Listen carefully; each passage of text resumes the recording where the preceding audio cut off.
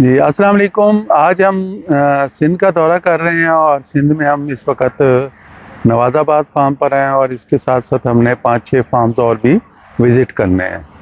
तो इस वक़्त यहाँ पर बड़ी अच्छी फ्लावरिंग है, ख़ास तौर पर जो नवाज़ाबाद फार्म है यहाँ पर। और यहाँ पर हमने जो स्पेशल जो चीज़ की जिसके ऊपर हमने इस दफ़ा फ़ोकस रखना है वो हमारा फर्टिलाइज़र एप्लीकेशन है। कि सिंध के अंदर जो है वो फर्टिलाइज़र अप्लाई करने का जो है वो बहुत डिफरेंट किस्म का स्टाइल है और मोस्ट ऑफ द 99% लोग जो हैं वो जस्ट 2 दफ़ा एनपीके डाल देते हैं। एक दफ़ा एनपीके डाल देते हैं हार्वेस्टिंग के बाद या हार्वेस्टिंग से लेट करते करते आप अगस्त सितंबर में जाके डालते हैं और फिर एक आजकल एनपीके डाल देते हैं। और यही फार्मूला जो है ये आड़ती व्यापारी सबका यही एक फार्मूला चल रहा है। ये बैलेंस फर्टिलाइज़र नहीं है। जब तक आप फर्टिलाइज़र को बैलेंस नहीं करेंगे और प्लांट की रिक्वायरमेंट के मुताबिक नहीं करेंगे तो आपका यही एक सिलसिला चलता रहेगा कि एक साल पौधे पे फ्लावरिंग बहुत अच्छी आएगी, दूसरे साल कम आएगी। इसके अलावा आपके पौधों की हेल्थ भी वैसी नज़र नहीं आएगी। तो हमने यहाँ पर 2 सालों से जो तजुर्बे किए हैं और उसके बाद हमें ऐसे एक्सीलेंट रिज़ल्ट मिले हैं कि हमने ना सिर्फ फर्टिलाइज़र को बैलेंस किया बल्कि माइक्रो न्यूट्रिएंट्स को जो है चिलेटिव फार्म में ऐड किया। जब हमने माइक्रो न्यूट्रिएंट्स को चिलेटेड फार्म में ऐड किया तो हमें बहुत सारी नई फ्लशेज मिलती हैं। तो पिछले साल जितनी फ्लावरिंग थी, पिछले साल इस बाग का ईयर था, अच्छा उससे पिछले साल भी फ्लावरिंग थी और इस साल सबसे ज़्यादा फ्लावरिंग है। इट मीन्स कि हमने 2 साल लगातार जो माइक्रो न्यूट्रिएंट्स को अप्लाई किया है तो अभी भी हम उसको फुल डोज पे अप्लाई करेंगे और फिर उससे अगले साल जो है इसकी डोज को हम कट डाउन करेंगे हाफ पर। तो यहाँ पर जो है वो माइक्रो न्यूट्रिएंट्स की सिंध में ख़ास तौर पर बागात में इनके पत्ते देखकर आप अंदाज़ा लगा लें कि इस पत्तों का साइज़ कितना छोटा है, इन पत्तों की लुक पूरे बाग की और पूरे जो आपका दरख्त है उसकी लुक कैसी है एक। और फिर उसके बाद जो है आपने अगर बैलेंस फर्टिलाइज़र नहीं डाली, आजकल हमें पोटाश की ज़्यादा ज़रूरत है। अगर हम पोटाश कम डालेंगे तो हमारी जो अपना पैदावार है वो तो होगी लेकिन उसमें फ्रूट का साइज़ है, उसका कलर है, उसकी कॉस्मेटिक्स है, वो सारी इफ़ेक्ट होंगी। पोटाश इसके साथ साथ आपके पौधे को भी स्ट्रेंथ देती है, तो उस पौधे को भी स्ट्रेंथ देनी है, अगले साल भी हमने फ्लावरिंग देनी है। तो पोटाश और नाइट्रोजन इसका इस्तेमाल इस वक्त करना है। हार्वेस्टिंग के बाद हमें भरपूर फास्फोरस देने की ज़रूरत है, तो वहाँ पर हम फिर वही करते हैं कि वही एनपीके डाल देते हैं। तो एनपीके आप का शौक है आप ज़रूर डालें, जब एनपीके इस्तेमाल कर रहे हो तो उसको बैलेंस कर लें। यानी आजकल पोटाश की ज़्यादा ज़रूरत है तो एनपीके के साथ साथ पोटाश को ऐड कर लें और जब हमारी हार्वेस्टिंग के बाद फास्फोरस की ज़रूरत होगी तो एनपीके के साथ साथ एमएपी को ऐड कर लें। Thank you very much. बिस्मिल्लाहिर्रहमानिर्रहीम। इस वक्त हम नवाज़ाबाद फार्म में मौजूद हैं और हमारे साथ जीएम है जनाब चौधरी सलीम साहब और ये इस फार्म के जो मैनेजर हैं वो आचू हैं और जयराम है हमारे साथ और बाकी सारी टीम भी मौजूद है। तो इस सारी टीम को भी हम इंशाल्लाह इनके काम को सबको चेक करेंगे इस उसमें। यहाँ पर जो है ये सुनहरे का बाग है, सवारनिका भी कहते हैं इस वैरायटी को, और ये बहुत अच्छी वैरायटी है, एक्सपोर्ट की वैरायटी भी है और लोकल मार्केट में भी इसकी बहुत अच्छी डिमांड है। तो यहाँ पे इन्होंने मिली बग को कंट्रोल करने के लिए ये बेहतरीन आप देखें, ये इन्होंने बॉटम से लेके टॉप तक ये जो बैंड इन्होंने बनाया हुआ है तो इसको फुली कवर किया था। इससे जो है इन्होंने मिली बग को जो है ऊपर जाने से रोका है और जो नीचे भी इकट्ठी हो रही थी उसको भी इन्होंने क्यूराक्रान यानी प्रोफिनोफास का स्प्रे करके तो वो ख़त्म किया है और यहाँ पर टोटल जो है वो मिली बग जो है वो कंट्रोल है 100%। इसको हम मज़ीद और भी बेहतर करेंगे। कुछ जगह पे चौधरी साहब के कहने पर इन्होंने ग्रीस लगाई थी और वहाँ पर उससे बेहतर अच्छे रिज़ल्ट थे। इसका एक और तरीका भी होता है कि अगर हम तने पे पहले जो लेप कर लें गीली मिट्टी बनाकर, और उसे हम कहते हैं पंजाबी में गारा, तो वो गारा बना के उसको हम तने पे पहले लपेट कर वो लेप कर लें। लेप करके इसकी जो दरारें हैं वो बंद करके फिर अगर उसके ऊपर हम इसको इस बैंड को बनाएंगे, जो पॉलीथीन का बैंड है, तो उससे जो है हमारा कंट्रोल और बहुत बेहतर हो जाएगा। अब इसका एक कल्चरल कंट्रोल भी है जो मैंने इनको अभी बताया है कि अब 20 अप्रैल के बाद इस मिलीबग ने जहाँ भी है इसने वापस आना है नीचे, और नीचे आके इसने हैचिंग करनी है, और वो हैचिंग के बाद जो है ये डॉर्मेंसी में चले जाएंगे और फिर ये एक्टिव होंगे जाके दिसंबर जनवरी में। तो उस जो हैचिंग है उसको हम अगर कंट्रोल कर लें, और उसके लिए भी हमने ये तने के गिर्द जो खाली हमारे गट्टू होते हैं खाद वाले, उसको काट कर और वो हम इसके तने के गिर्द रख दें, और उसके ऊपर हम यही यहाँ से ही जो पत्ते वगैरह उठा के उसमें डाल के, तो वहाँ पे जब वो मिलीबग नीचे उतरेगी तो वो वहाँ हैचिंग करेगी। तो उस हैचिंग के 1 महीने बाद यानी 20 मई या जून में पहले हफ्ते में आप इसे उठा के और रोड के ऊपर सिर्फ फेंक देना है उस सारे मटेरियल को।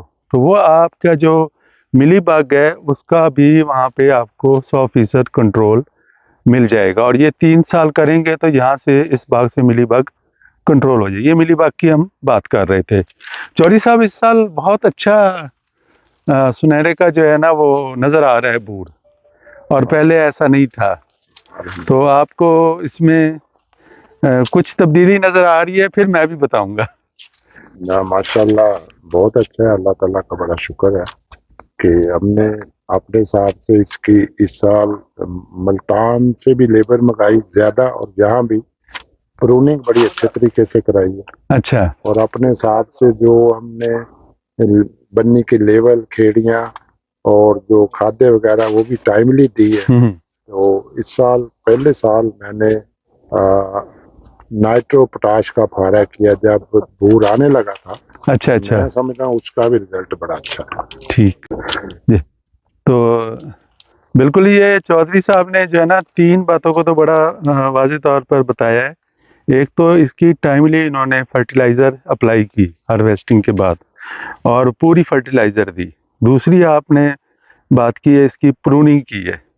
तो प्रूनिंग जो है ना वो बहुत ज़रूरी है, ख़ास तौर पर अगर आप साउथ से आपको रोशनी की अच्छा पेनिट्रेशन हो रही है तो आपका आर्चर्ड जो है वो ज़्यादा फ्रूटिंग पे आएगा, ज़्यादा अच्छी फ्लावरिंग करेगा। नंबर 3 इन्होंने कहा है कि पोटाशियम नाइट्रेट हम बार बार इस साल कहते रहे, और मैंने चौधरी साहब को भी सजेस्ट किया और चौधरी साहब ने अमल किया इस पर, और उसका हमें बहुत अच्छा यहाँ पे रिज़ल्ट मिल रहा है।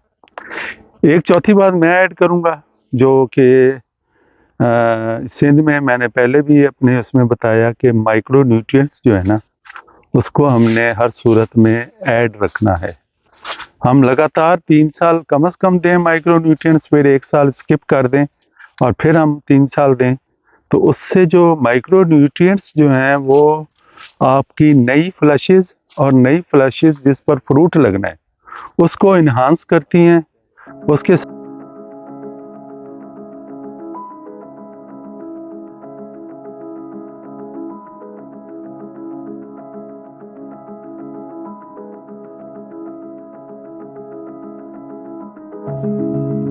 साथ साथ आपकी पौधे को सेहतमंद रखती हैं, और उसके साथ साथ जो है ना आपकी जो फल आता है वो भी आपका ज़्यादा शाइनिंग वाला और सेहत वाला होता है। तो आपने इन 4-5 चीज़ें जो होती हैं इन सबको आपने अप्लाई करना है। फर्टिलाइज़र में मैं ये भी ऐड करूँगा कि हम लोग पहले भी यहाँ पे फर्टिलाइज़र दे रहे थे और रूटीन में सब लोग देते हैं कि एनपीके उठाई और दे दी कि 5-5 किलो एनपीके डाल दी। एक दफ़ा हमने डाल दी उसमें फ्रूटिंग में और एक दफ़ा डाल दी उसमें हार्वेस्टिंग में। एनपीके आप लोग तमाम दोस्त भी खड़े हैं, एनपीके जो है ना वो बैलेंस फर्टिलाइज़र नहीं है। एनपीके 15-15 हो, 17-17 हो, 20-20 हो, उसको हमने बैलेंस करना है अपनी ज़रूरत के मुताबिक। अगर हम एनपीके डाल रहे हैं आजकल फ्रूटिंग के टाइम पे तो फिर हमें साथ उसमें पोटाश को ऐड करना है। ठीक है, कम से कम 1 किलो 1 से 2 किलो, अगर हमारी कमर्शियल वैरायटीज़ हैं उसमें हम 2 किलो तक भी पोटाश को ऐड कर सकते हैं। ठीक है, और इसी टाइम पे हमने माइक्रो न्यूट्रिएंट्स को भी ऐड कर देना है। वो 1 साल के लिए हमारा काफ़ी होगा। अच्छा, उसी के जो दूसरी है, अगर आप हार्वेस्टिंग के बाद यानी बर्दाश्त के बाद, फल तोड़ने के बाद आपने, उस वक्त हमें फास्फोरस की ज़्यादा ज़रूरत है। तो फास्फोरस के लिए फिर हमने फास्फोरस की डीएपी को ऐड कर लें, या भले हम एनपीके अगर डाल रहे हैं तो उसके साथ डीएपी को ऐड कर लें, या एनपीके ना भी डालें और डीएपी और नाइट्रोजन और पोटाश को मिक्स करके डाल लें, वो भी ठीक है। अगर एनपीके डाल रहे हैं तो उसमें एक्स्ट्रा डोज डीएपी या एमएपी, एमएपी जो है वो सबसे स्ट्रॉन्ग सोर्स है इस वक्त पाकिस्तान में फास्फोरस का।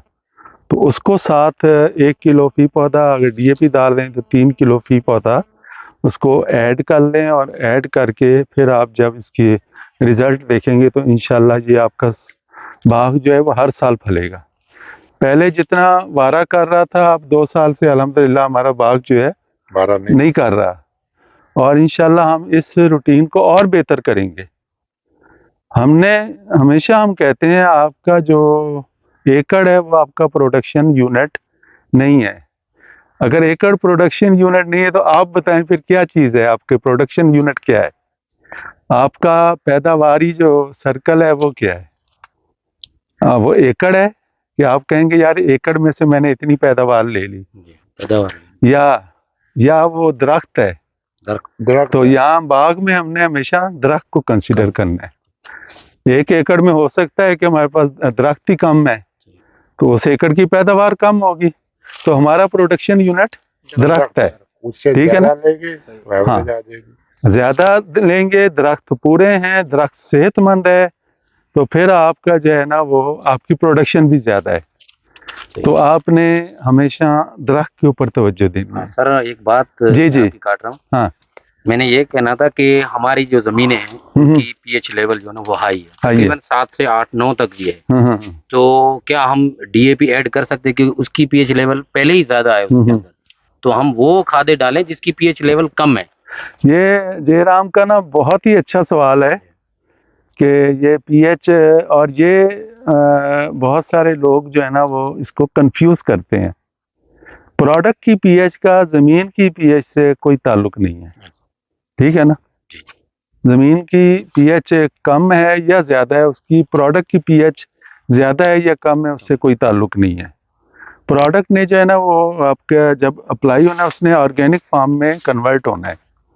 जब ऑर्गेनिक फार्म में वो कन्वर्ट होगा तो फिर ही पौधा उसे हासिल करेगा, ठीक है? लेकिन तो ये कहते हैं कि इसकी पीएच लेवल हाई होने की वजह से ये फिक्स हो जाती है, जमीन की अपनी लेयर बनाती है। हाँ, डीएपी नहीं, फास्फोरस फिक्स होती है। फिक्स होती है। हम जो है ना वो डीएपी को बदनाम कर रहे हैं, वो नहीं करना। असल चीज है फास्फोरस है, तो वो किसी भी फार्म में होगी, वो एनपीके में भी होगी तो वो भी फिक्स होगी, अगर वो टीएसपी है तो वो भी फिक्स होगी, वो पीएच की वजह से बिल्कुल फिक्स होती है। इसलिए अगर हमने जब जिप्सम भी अप्लाई करना है तो वो हमारा खाद देने का ख़ास तौर पर फास्फोरस और जिप्सम के बीच में 1 महीने से 1.5 महीने का वक्फा होना चाहिए। तो जो जिप्सम है वो जिंक और फास्फोरस दोनों को मिक्स करती है। तो इसके साथ सर ऐसे नहीं है डीएपी के जगह पे हम एसएसपी अगर लगा दें तो उसमें जिप्सम भी है और डीएपी का फॉर्मुलेशन भी है? एसएसपी गुड सोर्स है, एनपीके भी गुड सोर्स है, लेकिन जो बेस्ट सोर्स है वो डीएपी है, जिसमें हमें मैक्सिमम फास्फोरस मिलती है। Thank you very much.